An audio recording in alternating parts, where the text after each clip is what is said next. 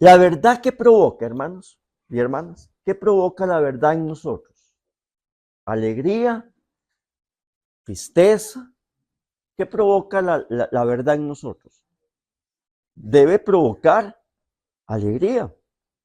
Pero sucede, hermanos y hermanas, que no siempre es así. Cuando nos dicen una verdad, no siempre provoca alegría, a veces nos provoca un poquito de molestia. Y por ahí usamos la frase metiches que son, ¿verdad? Pero porque la verdad no nos gusta, hermanos. ¿Qué dijo Jesús en San Juan capítulo 8? Vaya conmigo a la Biblia. San Juan capítulo 8, búsquelo ahí en su Biblia para que veamos lo que Jesús dice. Porque quiero enfocarme para ir cerrando el tema en esta noche que hemos venido llevando por varios jueves. 8:31 de San Juan. Evangelio, ¿verdad? Porque a veces nos vamos y nos ubicamos en otro lado que no es. Evangelio de San Juan 8:31. Vamos a leer. Dice ahí. ¿Lo tenemos? ¿Lo tenemos, hermanos? Dice, dijo entonces Jesús a los judíos que habían creído en él: si vosotros permanecéis en mi palabra, seréis verdaderamente mis discípulos. 32. Y conoceréis la verdad, y la verdad os hará libres. Y Jesús dice, y ustedes tienen que conocer la verdad. Escucho hoy a mucha gente decir, y usted también lo escucha, decir, qué lindo, porque muere alguien y directamente va al cielo. Todo el mundo va al cielo hoy en día. Todo mundo que muere va al cielo. Usted sabe que eso es una mentira. No todo el mundo va al cielo. Porque si la presencia de Dios no ha estado en él o en ella, si no recibió a Jesús como su salvador personal, difícilmente esa persona va a ir al cielo. Entonces fue que engañados. Cuando usted le dicen, es que la presencia de Dios está en usted, usted tiene que ser realista, y yo tengo que ser realista y decir, no, hoy yo no siento la presencia de Dios en mí, porque he venido practicando cosas que han alejado esa presencia de Dios. Hoy quiero llevarlos a una de las cartas que nos faltaron de Jesús a las iglesias del Apocalipsis. ¿Se acuerdan que estuvimos ahí la semana pasada? No nos dio tiempo. Vamos a ubicarlos en Apocalipsis capítulo, déjenme pasar mis páginas aquí. ¿Quién se acuerda hasta dónde llegamos del resumen en iglesias que vimos? Yo tengo mi nota en Sardis. No leímos la iglesia de Sardis, ¿verdad? Vamos para Sardis, ok. Apocalipsis entonces sería capítulo 3, versículo 1 al 6. Vamos a Apocalipsis. La semana pasada que iniciamos a revisar estas iglesias, hablábamos de que Jesús, desde el inicio del Apocalipsis, Jesús se enfoca primeramente en hablar a ¿qué? A la iglesia. Usted no ve a Jesús hablando de acontecimientos finales, sino que comienza a hablarle a la iglesia. Y comienza a señalar a la iglesia cosas que Jesús estaba en desacuerdo. Capítulo 3, versículo 1 dice, escribe al ángel de la iglesia en Sardis, el que tiene los 7 espíritus de Dios y las 7 estrellas, dice esto: yo conozco tus obras, que tienes ¿qué? Nombre de que vives y estás muerto. Jesús le dice a la iglesia de Sardis, ustedes son una iglesia muerta, espiritualmente hablando. Una iglesia muerta, hermanos y hermanas, difícilmente va a provocar vida en el corazón de los nuevos creyentes y de los ya que estamos de años. Y Jesús define que esa iglesia estaba como muerta. La iglesia cristiana, cuando la presencia de Dios no está, es una iglesia muerta. Es una iglesia de eventos, es una iglesia de actividades, es una iglesia de bulla, es una iglesia de programas, pero la presencia de Dios no se mueve en esas iglesias. Y Jesús define que esta iglesia estaba muerta. Vamos al versículo 2. ¿Estamos bien? Sé vigilante y confirma las otras obras que están para morir, porque no he hallado tus obras bien acabadas delante de ¿quién dijo Jesús? Delante de Dios. Y Jesús le recrimina a la iglesia de Sardis que comenzaban y hacían cosas, pero no las terminaban. Voy a ponerle esto de una forma humana. ¿Usted es de los que comienza algo y no lo termina? Usted dice, vamos a ver, voy a aprender a hacer un mueble. A la mitad, ¿qué hace? No, voy a aprender costura. No, voy a aprender a cocinar.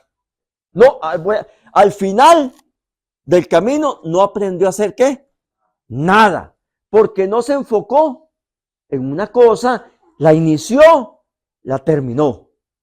Esta iglesia tenía cosas buenas, pero Jesús le recrimina que no las había ¿qué? Terminado, no las había concretado. Versículo 3.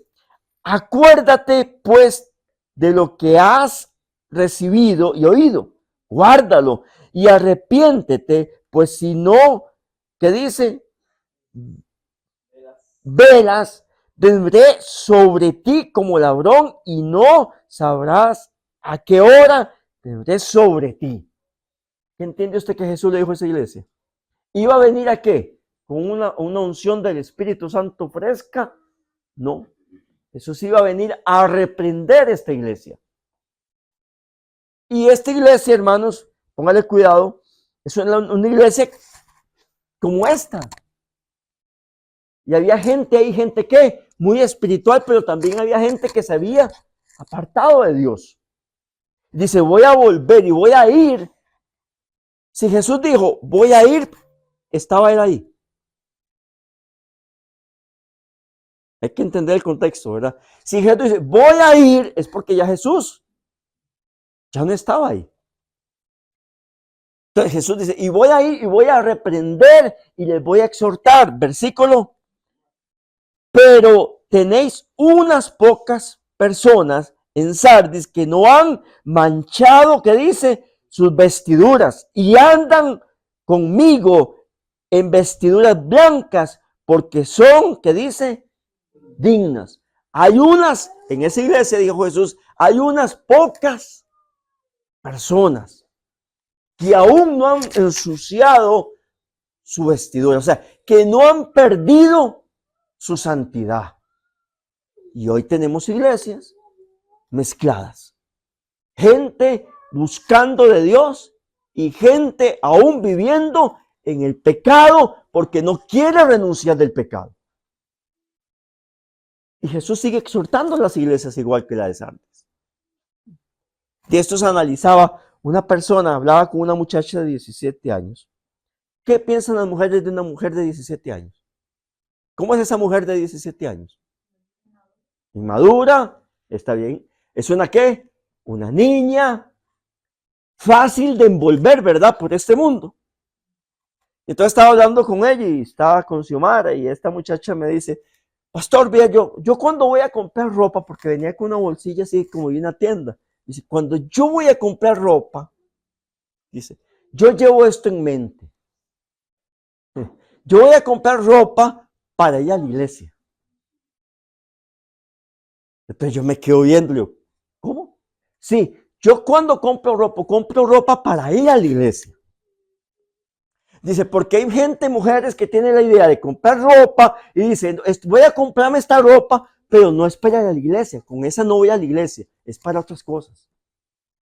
Entonces ella me decía, se nos olvida que nosotros somos el templo del Espíritu Santo. Dice, entonces, mucha gente se da hoy la oportunidad, un derecho de ensuciar sus vestiduras delante de Dios, porque tengo esta forma de vestir aquí en la iglesia, pero fuera de la iglesia, visto diferente.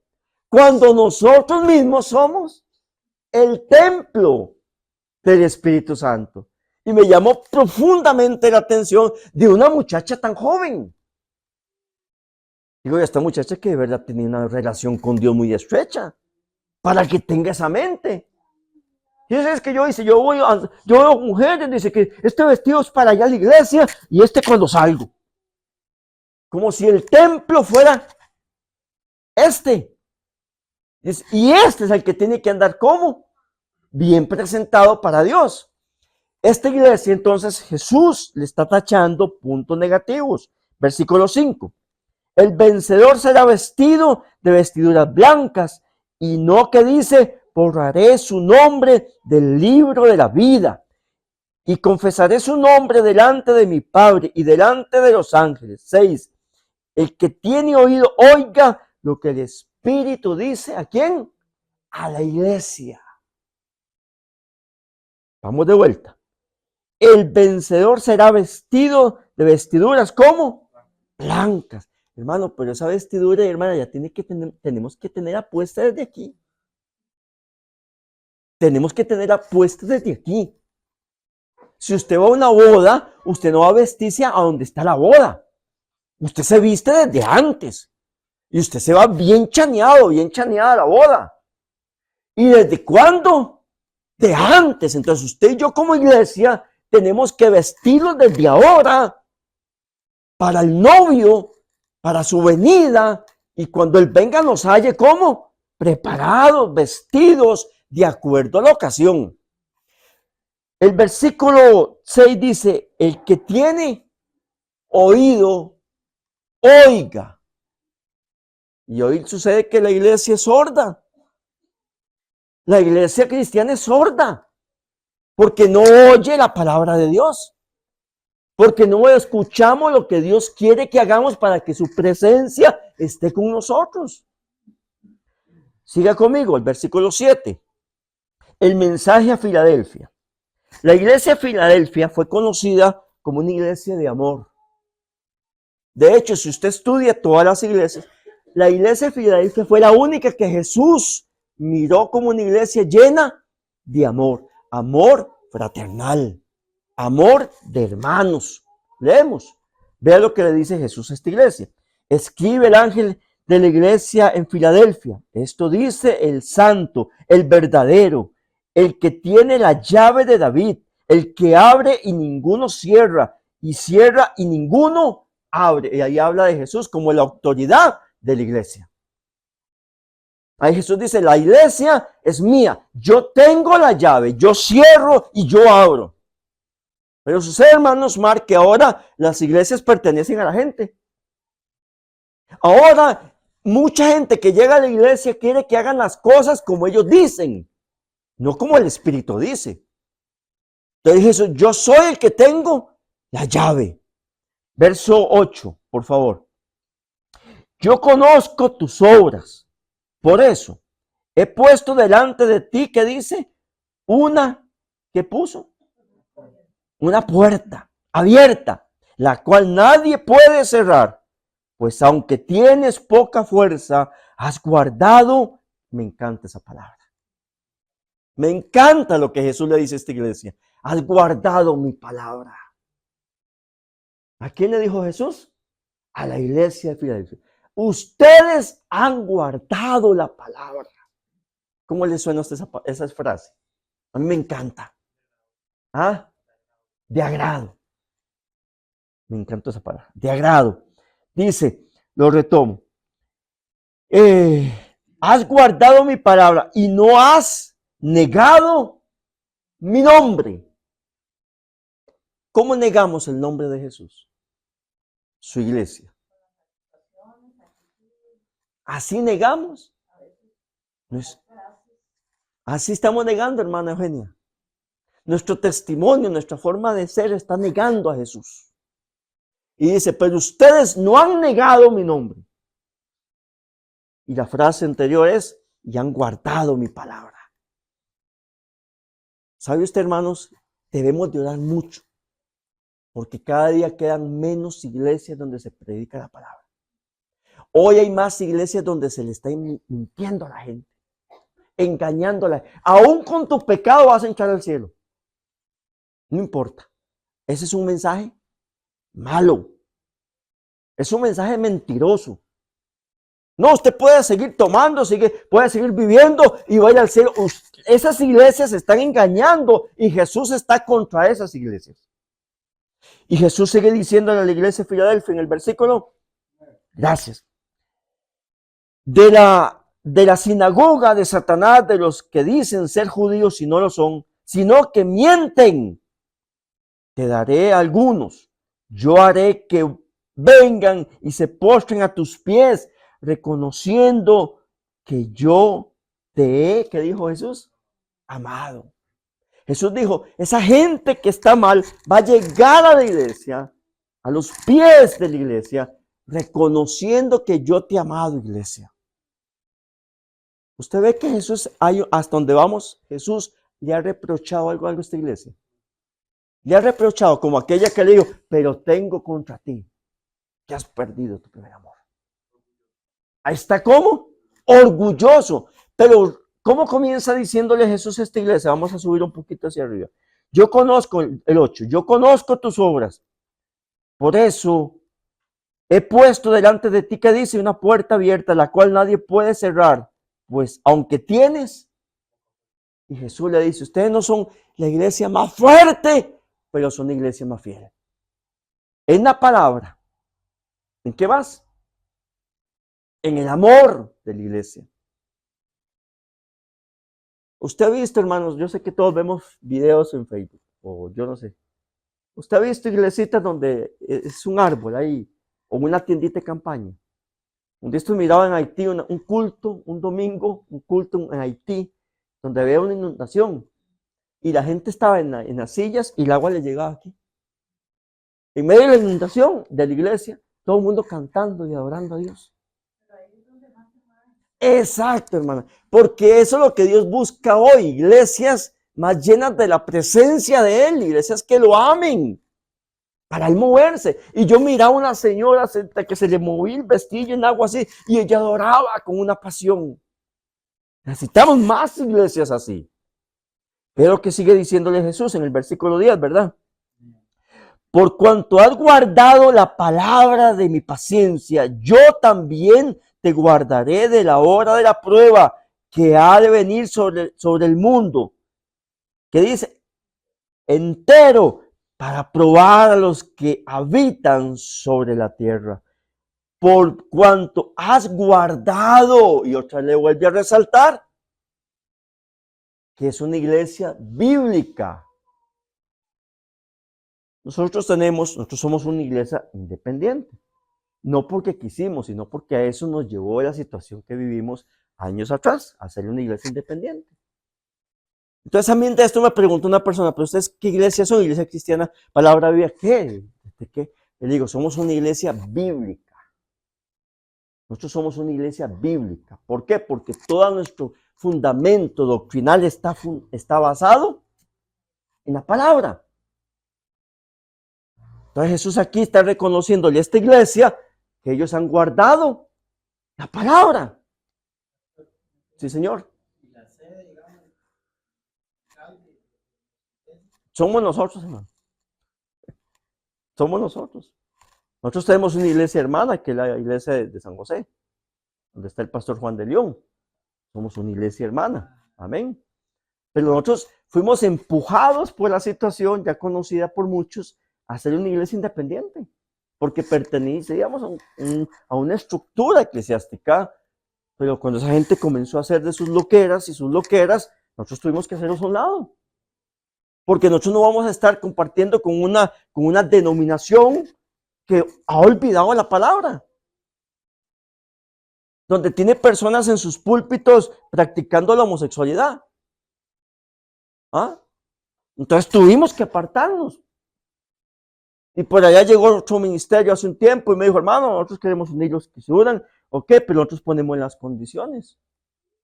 Y digo, aquí en esta iglesia el único que pone condiciones es Dios. Es el único que pone condiciones. Pero somos una iglesia, ¿qué? Bíblica. Porque nosotros somos como la iglesia de Filadelfia, que guardamos la palabra. Amén. ¿Están de acuerdo con eso? Ok, sigamos. Vamos al verso 12. Al vencedor yo le haré, que dice, columna en el templo de mi Dios, y nunca más habrá de allí.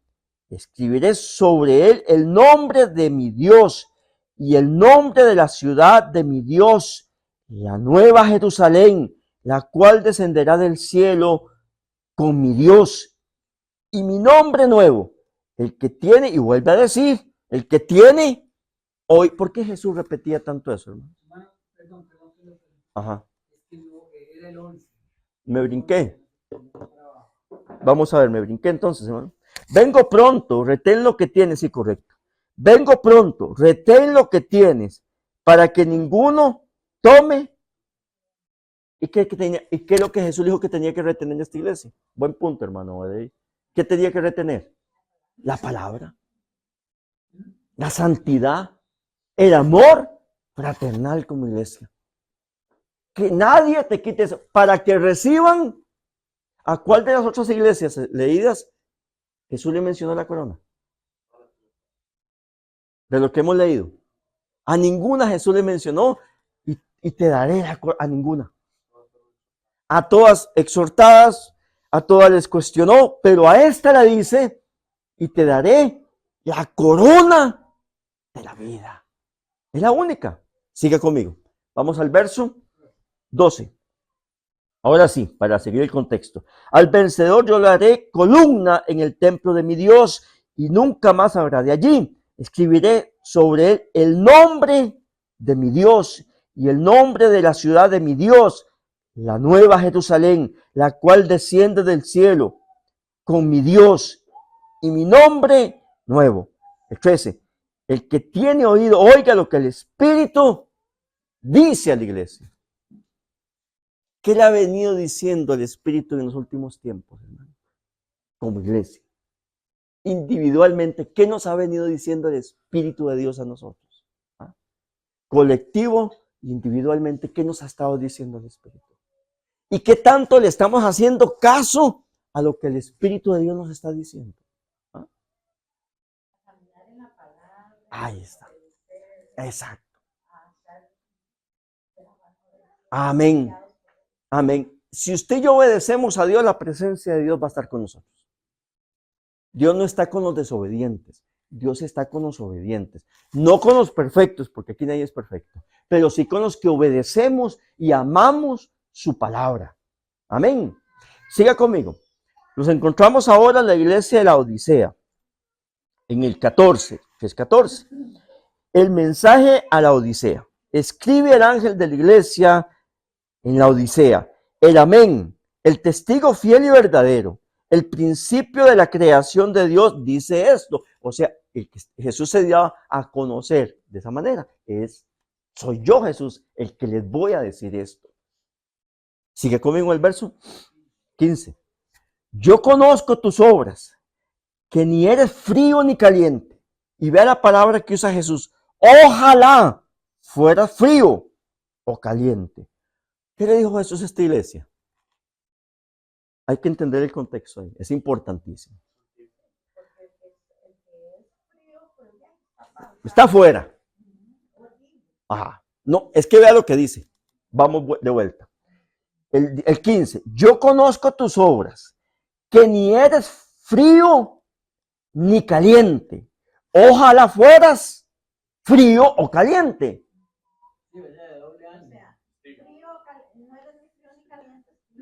Exacto. Ponga el 16 para entender más. Pero por cuanto eres tibio, ¿me está entendiendo? Jesús dice, ojalá ustedes sean o muy calientes o muy fríos, pero tibios no. Porque ¿qué pasa con los tibios? Seguimos. Dice, pero por cuanto eres tibio y no frío ni caliente, te vomitaré de mi boca. Jesús aquí habla de dos estilos de vida. O usted y yo estamos con Él o estamos sin Él. Pero la mitad no se vale. ¿Y cuál es la mitad? Tibio. Tibio porque el tibio, ¿cómo vive? Le da lo mismo hacer esto hoy y mañana venir a cantar aquí levanto mis manos. Ese es el tibio. Y a ese Jesús dijo, a los tibios, a eso yo voy a vomitar. El término que Jesús usa aquí, vomitar, es una palabra para nosotros expulsar algo que está en el estómago. Para Jesús es expulsar aquello o aquellos espiritualmente de la presencia de Él. Los voy a expulsar de mi presencia. No los quiero más a mi lado. Entonces hoy conocemos cristianos o gente que se llama cristiana que es así, tibio. Es tibio. Porque así decidió ser. No porque Dios quiere. Hay gente que dice que Dios quiere que yo sea así. Mentira, hermanos. Dios no quiere que usted y yo seamos así. Dios quiere que seamos como Él, como Jesús. Amén. Vamos al verso. Gracias. 17 de la Odisea. Dice, tú dices, yo soy rico, me he enriquecido y de nada tengo necesidad. Oiga lo que dice Jesús. Pero no sabes que eres desventurado, miserable, pobre, ciego y estás desnudo. Y esta iglesia se estaba dando, ¿qué? Mucha gloria. Y Jesús le dice, no, la condición de ustedes como iglesia es terrible. Es terrible. ¿Ha escuchado usted, hermanos y hermanas, de una iglesia que hay allá en San José? Que fue ahora, el pastor está siendo investigado por narcotráfico. Entonces hay un muchacho que va a esa iglesia que es vecino mío y dice, no, pastor, va para la cárcel. Y yo le digo, porque él como pastor estaba ¿cómo? Tibio. Y un pastor tibio peligra caer en todo eso. ¿Y qué tenemos hoy? Un cuestionamiento en la iglesia cristiana una vez más por una cosa de estas. Exacto, hermano. Entonces, una persona tibia está en la presencia de Dios ahí, hermano, ¿vale? No, hermana Roxana. Se mueve el Espíritu de Dios en una persona tibia. Es que yo creo que entiende. Por eso Jesús nos da dos opciones. O sos bien caliente, o sos bien frío. Pero tibio no se puede.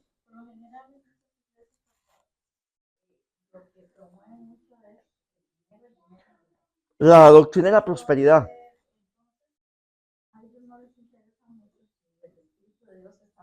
Exacto, hermano Eugenio.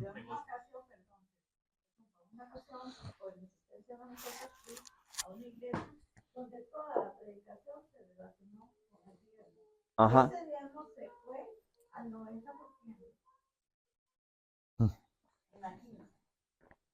Ok. Sí. Entonces, ¿qué tenemos hoy? Una iglesia como esta de la Odisea que está siendo ¿cómo? Señalada por Jesús. Vamos al verso 18. Por tanto, yo te aconsejo, Jesús obliga. Aquí, Jesús obliga. No, Jesús dice, por tanto, yo te aconsejo, que es diferente, ¿verdad? ¿Qué dice? Que compres de mí oro refinado en el fuego para que seas rico y vestiduras blancas para vestirte, para que no se descubra la vergüenza de tu desnudez y unge tus ojos, ¿con qué dice? Con colirio, para que veas.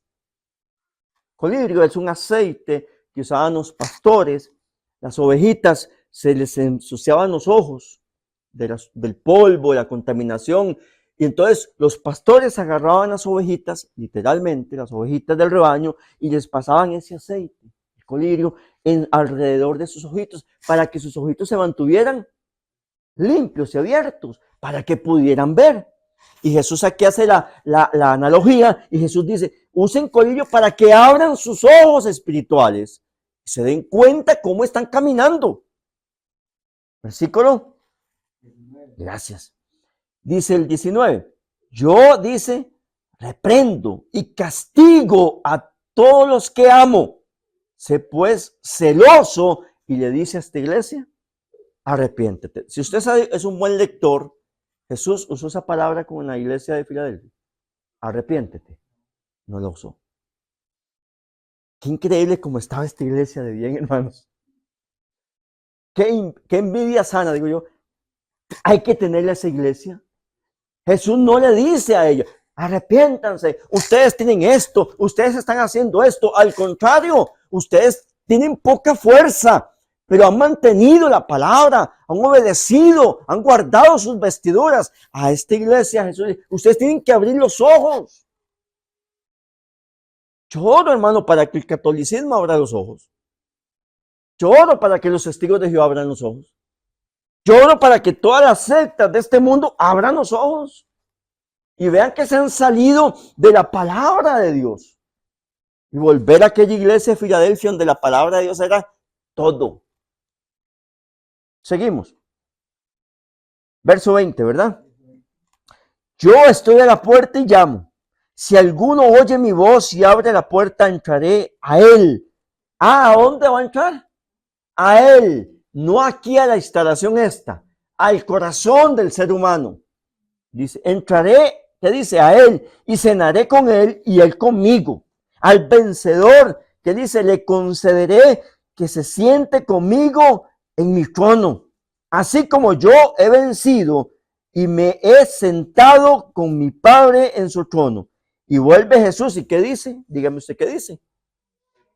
El que tiene oído. Entonces Jesús dice que las iglesias cristianas tenemos que volver al oído, a la palabra. Bien, hemos hablado mucho. Ahí termina el mensaje de las 7 iglesias. Hemos hablado mucho cuando la presencia de Dios se aleja.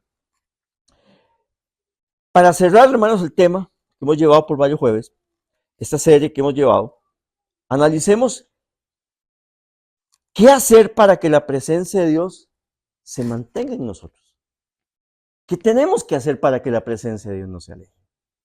¿Qué tengo que hacer yo para que la presencia de Dios esté en mí? Para que yo sea el templo de Él, para que Él habite y se mueva en mi corazón. Vamos a ir a una serie de citas bíblicas. No traje pizarra, hermanos, así que vaya anotando. ¿Qué hacer para que la presencia de Dios esté en nosotros? Santiago, capítulo 4, versículo 5. Vamos a Santiago. Usted encuentra Santiago después del libro de Hebreos, para que se ayude ahí, porque a veces cuesta conseguirlo. Santiago 4, 5 al 10, por favor, vean. Esto es lo que tenemos que hacer para que la presencia de Dios no se aleje. No se aleje. Para cuando usted vaya a ministrar a alguien, la presencia de Dios esté en usted y en mí. Para cuando usted vaya a aconsejar a alguien, usted tenga la presencia de Dios y su consejo tenga valor, hermano Isabel. A mí, yo tengo algo, hermanos. Yo tengo un problema enorme. Yo no recibo consejo de cualquier persona. Yo no recibo consejo de nadie. Yo recibo consejo de personas que yo considero personas llenas de Dios, muy cercanas a Dios. De esas personas yo puedo recibir un consejo. Pero a mí un impío, un desordenado, una persona que tiene una doble vida, ¿qué va a venir a mí a aconsejarme, hermanos? Es absurdo, es ridículo. Entonces, para que la presencia de Dios esté en nosotros y podamos bendecir a otras personas, ese es el propósito de la iglesia. Hermano Ley, es que usted y yo seamos de bendición para el mundo. Pero para que eso suceda, tiene que estar la presencia de Dios en nosotros. Amén. Ve lo que dice Santiago. Santiago, capítulo 5, 4, versos 5 al 10. 4, 5 al 10. ¿Estamos? Le doy un amén. Salud. Dice, ¿o pensáis que la Escritura dice en vano? El Espíritu que Él ha hecho habitar en vosotros nos anhela como celosamente. Uy, la palabra celosa en nuestra cultura es mala, porque los celos dicen, los celos son malos. Pero el celo de Dios por nosotros es para que nosotros no nos contaminemos. Él es celoso de Dunia. En la vida espiritual de Dunia, Él es celoso, Dunia. ¿Qué está haciendo Dunia? ¿Qué está leyendo Dunia? ¿Con quién está hablando Dunia? ¿Entiende? ¿Qué está escuchando Dunia? Él es celoso. ¿Por qué? Porque Él nos cuida. Ve lo que sigue diciendo el verso 6. Gracias. Pero Él da, dice, mayor gracia. Por esto dice, Dios, que dice, resiste a los soberbios y da gracia ¿a quién? A los humildes. Si usted y yo queremos que la presencia de Dios esté en nosotros, tenemos que alejar toda soberbia de nosotros mismos. Porque Dios no se va a mover en un corazón lleno de ¿qué? De soberbia. Vea lo que sigue diciendo. Verso 7, ¿verdad? Someteos pues a Dios, resistir al diablo y huirá de vosotros. Dice que para que la presencia de Dios esté en nosotros, tenemos que someternos a Él. Ser esclavos voluntariamente de Jesús. Vivir para Él. Eso es lo que nos lleva a esa palabra someterse. Sométase a Dios. Entreguen su vida, su corazón, sus pensamientos, sus intenciones, todo a Él, para que Él pueda moverse en nosotros. Sigue diciendo el versículo 8, gracias hermano. Acercaos a Dios. ¿Y qué dice? A mí este versículo me encanta. Y Él, hermana, yo tengo que acercarme a Dios para que Dios se acerque a mí. Pero ¿qué es eso de estar pidiéndole a Dios que me cuide, que me dé esto, que me dé el otro, si yo ando largo de Él? Entonces, el escritor de Santiago dice, acercaos a Dios y Él se acercará a vosotros. Define, pecadores, limpiar las manos y vosotros, los de doble ánimo, purificar vuestros corazones. Entonces, sí, claro que Dios está así. Pero olvidémonos de que Dios anda correteándome por todos lados, hermanos. Que si me voy a meter a un prostíbulo, Dios va en carrera y a sacarme. Que si voy a tomarme una cerveza, Dios va a quitarme. Que si no, yo tengo que buscar a Dios. Entonces ahí dice, ¿qué dice? Voy a leerlo textualmente, me gusta más. Acercaos a Dios. ¿Y qué dice? Defínalo. Y Él. Pero yo tengo que dejar una vida de pecado. Hay gente en las iglesias cristianas, y me voy a traer gente en iglesias católicas, cuya presencia de Dios no está. No está. No está, hermanos. ¿Por qué? Por lo que no tenemos este principio. Nosotros ir a Él para que Él venga a nosotros. Ese es un principio bíblico.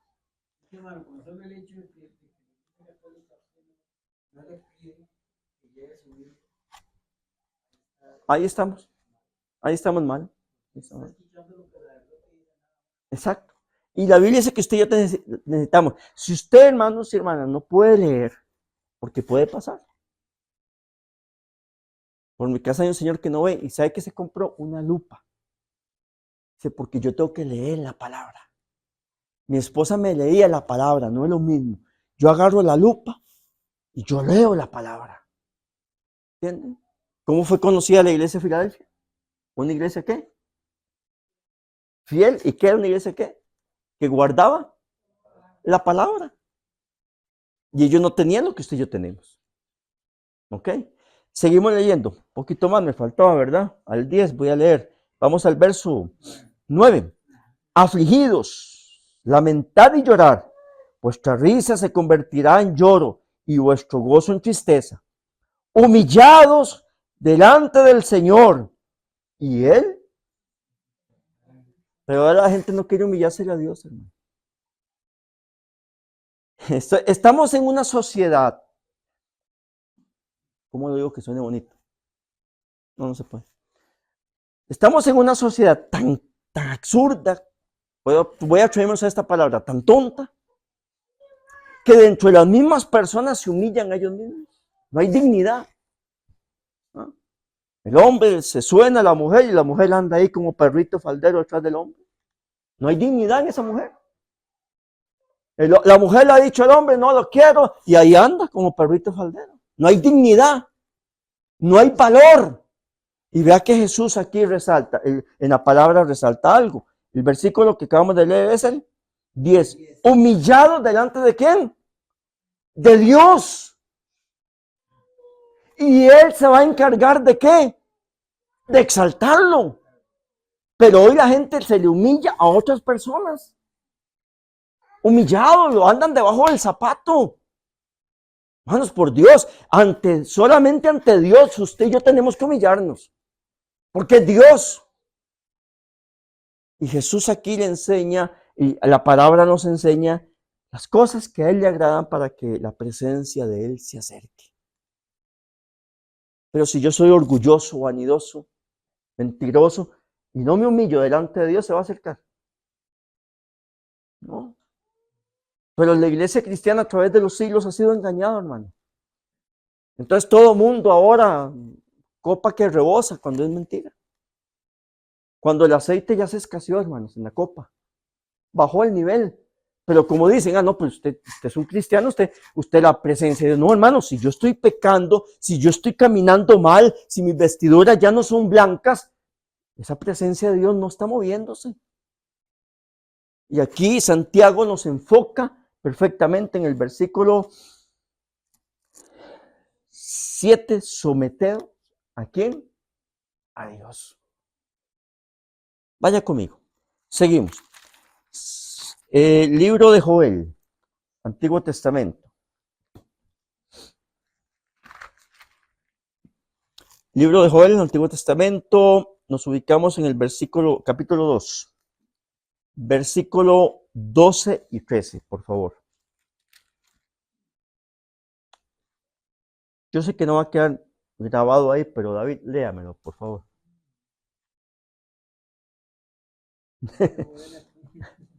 ¿Quién me lo tiene listo? Léamelo, por favor, bien fuerte. Joel 2, 12 y 13. Sí, por favor. Un llamado al arrepentimiento. Por eso dice el Señor, vuélvanse a mí ahora mientras haya tiempo. Entréguenme su corazón y acérquense con ayuno, llanto y luto. No se desgarren la ropa en su dolor, sino desgarren sus corazones. Regresen al Señor su Dios, porque Él es misericordioso y compasivo, lento para enojarse y lleno de amor inagotable. Está deseoso de desistir y no de castigar. Ahí está. Pero usa la versión NTV. Ahora pues, dice Jehová, vestidos ahora, convertidos ahora a mí, pues, ahora pues, dice Jehová, convertidos ahora a mí, con todo vuestro corazón, como dice, con ayuno, llanto y lamento. Entonces, si usted y yo queremos la presencia de Dios, ocupamos más oración. Si es posible en nuestros tiempos de ayuno. ¿Para qué? Para que la presencia de Él habite en nosotros.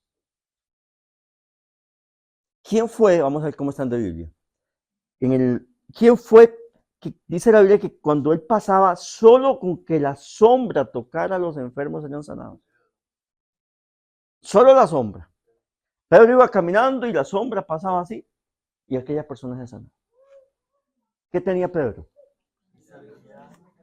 Pero imagínense qué presencia de Dios. Santidad. Yo imagino que Pedro ni se daba cuenta cuando pasaba y decía, ¡Gloria a Dios, soy sanado! ¿Pero quién no sanó? Y usted, de paso me tocó con la sombra y Dios lo usó y fui sano. Imagínese usted el nivel de la presencia de Dios en este hombre. ¿Ah? Ahora es capaz que pasamos y en la sombra de alguien, quítate, no es que me está tapando el sol. ¿Ah? Eso es lo que tenemos que anhelar. La presencia de Dios. Dice Joel entonces en el versículo 13. Rasgad vuestro corazón y no vuestros vestidos y convertidos a Jehová vuestro Dios, porque es misericordioso y clemente, tardo para la ira y grande en misericordia, y se duele del castigo. Cuando Dios disciplina a alguien, hermano, no es que Dios está muerto de risa. Dios se duele cuando tiene que disciplinar a alguien. Hoy hay gente tan enfocada, hermanos y hermanas, en sus logros personales, que se está olvidando de Dios. Hay gente que está tan enfocada en un proyecto personal que se está alejando de Dios. Ahora todo es el proyecto, ahora todo es el trabajo para hacer plata, ahora es ahorrar y ahorrar y ahorrar para comprarme el carro de mis sueños, y se están alejando de Dios. ¿Y sabe qué es el problema, hermano? Que cuando una persona comienza este estilo de vida y comienza a enfriar su corazón, cuando se da cuenta, ya está fuera del camino de Dios. Ya está fuera. Ya la presencia de Dios no habita en ese templo. Porque comenzó a llenar su cabeza de cosas que terrenales y dejó a Dios botado. Nosotros los cristianos tenemos que aprender a tener una vida balanceada. Estudio, trabajo, familia y Dios. Al revés, Dios de primero. En la balanza, Dios aquí, todo lo demás aquí. Pero Dios tiene que estar ahí incluido. Yo conozco gente, hermano, que ha servido en iglesias con ministerios enormes. Y un día me dije, no, hermano, yo renuncié al ministerio porque me enfoqué en que quiero comprarme la casa. Y cuando yo me compre la casa, vuelvo al ministerio. Le digo, se quedó sin nada. Se quedó sin nada. Que cuando uno cambia las cosas de Dios por las cosas terrenales, quedamos vacíos. Siga conmigo rápidamente. ¿Cómo estamos de tiempo? Nos quedan unos minutos. ¿Qué pasó en el Salmo 51? Que me encanta el Salmo 51. Porque David hace algo, hermanos, que nosotros debemos tomar en cuenta. David, después de su caída, de su pecados, porque David fue partícipe de la muerte de su amigo, tomó la mujer de su amigo, hizo tantas cosas malas. David busca la presencia de Dios. ¿Qué hace el cristiano cuando le falla a Dios hoy en día? Dice, es que ya le fallé a Dios, entonces me termino de alejar de Dios. Pero David, en su pecado, David más bien anhelaba la presencia de Dios, estar con Dios. Dice David 51:1, ten piedad de mí, Dios, conforme a tu misericordia, conforme a la multitud de tus piedades. Borra mis rebeliones, que dice, lávame más y más de mi maldad y límpiame de mi pecado. ¿Qué vio usted en David ahí? ¿Ah? ¿Qué vio usted? Buscando un arrepentimiento para que la presencia de Dios volviera a él. Pero hoy se sigue pecando y queremos ir a orar por enfermos. Y queremos ir a ministrar gente con el corazón lleno de contaminación. Queremos ser consejeros espirituales cuando nuestro corazón está todo contaminado. David, lo primero que hace el Señor, límpiame. Verso 3. Porque yo, ¿qué dijo David? Porque yo reconozco mis rebeliones y mi pecado está siempre delante de mí. Contra ti solo he pecado. He hecho lo malo delante de tus ojos para que seas, ¿qué dice? Reconocido justo en tu palabra y tenido por puro en tu juicio. 5. En maldad, que dice, he sido formado y en pecado me concibió mi madre. Tú amas la verdad. En lo íntimo y en lo secreto me has hecho comprender sabiduría. Dice David, tú amas la verdad. Y leíamos anteriormente, cuando Jesús dijo, ¿conoceréis la verdad? Hermano, ¿usted sabe cuál es la verdad? Pero ¿cuál es esa verdad? La verdad es que somos personas pecadoras y necesitamos de Cristo. Pero hoy sucede que nadie es pecador, hermano. Usted habla con la gente ahí en la calle. Hace unos días hablaba con un muchacho y yo le decía a él, porque él me hizo esta pregunta, me dice, ¿cuál fue el pecado de Adán y Eva? Tener relaciones sexuales. Eso me dijo mi mamá. Digo, no, el pecado de Adán y Eva fue desobediencia. La desobediencia los sacó del huerto del Edén y se define como pecado, ¿verdad? Pero sucede que hoy, hermano, nadie peca. Nadie peca, hoy nadie peca. Y vea lo que dice David. Sigamos con David. Versículo. Gracias. Esta palabra es preciosa. ¿Qué le pide David a Dios? Purifícame con hisopo y seré limpio. Lávame y seré más blanco que la nieve. Una expresión de esas, hermanos y hermanas, es la que provoca que la presencia de Dios venga. Un reconocimiento, hermano Ley, de que, Señor, purifica mi cuerpo, purifícame, límpiame. Porque Dios no habita en templos sucios. Dios habita en templos renovados y transformados por el poder del Espíritu. Pero Dios no habita en templos contaminados, hermano. Y esa es una verdad bíblica. Ve lo que dice David. Estoy leyendo. 7. Purifícame, que dice, con hisopo, y seré limpio. Lávame y seré más blanco que la nieve. 8. Hazme oír gozo y alegría. ¿Y qué dice? Y se recrearán los huesos que has abatido. 9. ¿Qué dice? Esconde tu rostro de mis pecados y borra todas mis maldades. Allí, hermanos, es donde viene la presencia de Dios a morar. Pero mientras yo me sienta más puro que Jesús, ahí no va a venir Dios. El Señor viene cuando yo reconozco. ¿Y aquí qué está haciendo David? Reconociendo.